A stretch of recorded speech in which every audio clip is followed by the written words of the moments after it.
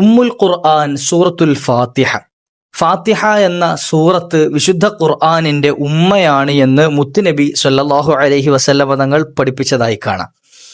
അതുകൊണ്ട് തന്നെ ഫാത്തിഹ സൂറത്തിന് വലിയ പവറുണ്ട്, വലിയ സ്ഥാനവും മഹത്വവും ഉണ്ട്.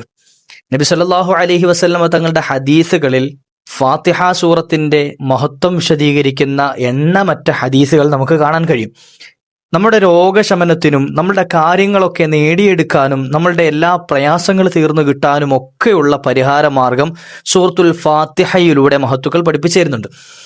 രോഗശമനത്തിന് 40 തവണ പരിശുദ്ധമായ ഖുർആനിന്റെ ഉമ്മയാകുന്ന ഈ ഒരു സൂറത്തിനെ ആരെങ്കിലും ഒരാൾ പാരായണം ചെയ്ത് ഒരു ഗ്ലാസ് വെള്ളത്തിലേക്ക് മന്ത്രിക്കുകയും അത് രോഗിക്ക് കുടിക്കാൻ നൽകുകയും ചെയ്താൽ ആ രോഗം എന്തു തന്നെയായാലും അത് ഷിഫാ ലഭിക്കുന്നതാണ് എന്ന് മഹാന്മാർ വിശദീകരിക്കുന്നുണ്ട്. ഇനി വെള്ളം കുടിക്കാൻ പറ്റാത്ത സാഹചര്യത്തിലേക്ക് അത്ര പ്രയാസമുള്ള ഒരു രോഗിയാണ് എങ്കിൽ ആ വ്യക്തിയുടെ ശരീരത്തിലേക്ക് കുടഞ്ഞ ആ രോഗത്തിന് ശമനം ലഭിക്കുന്നതാണ് എന്നും മഹാന്മാർ പഠിപ്പിച്ചു തരുന്നുണ്ട്.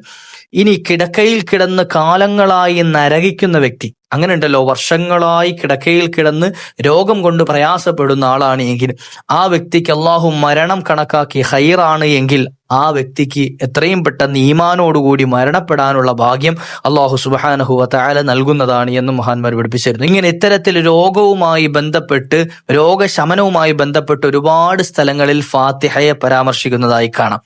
ഇനി കടബാധ്യതയുള്ള ആളുകളാണ് എങ്കിൽ, ഹാജത്ത് വീട്ടണമെന്ന് ആഗ്രഹിക്കുന്ന ആളുകളാണ് എങ്കിൽ, ഒരുപാട് മുറാദുകൾ ഹാസിലായി കിട്ടണമെന്ന് ആഗ്രഹിക്കുന്നവരാണ് എങ്കിൽ സൂറത്തുൽ ഫാത്തിഹ എല്ലാ നിസ്കാരങ്ങൾക്ക് ശേഷവും 11 തവണ വീതം മുടങ്ങാതെ പാരായണം ചെയ്യാനും മഹാന്മാർ പഠിപ്പിച്ചിരുന്നുണ്ട്. ഖൽബിൽ നല്ല നിയ്യത്തോടു കൂടിയിട്ട് ഈ വിശുദ്ധമായ ഖുർആനിന്റെ ഉമ്മയാകുന്ന ഖുർആനിന്റെ മഹത്വങ്ങളെല്ലാം തന്നെ സമ്മേളിച്ച വിശുദ്ധ ഖുർആനിന്റെ പ്രാരംഭ സൂറത്തുൽ ഫാത്തിഹ നിരന്തരം പതിവാക്കുക. അല്ലാഹു സുബ്ഹാനഹു വ തആല ജീവിതത്തിലുടനീളം നമുക്ക് പതിവാക്കാൻ ഭാഗ്യം നൽകുമാറാകട്ടെ.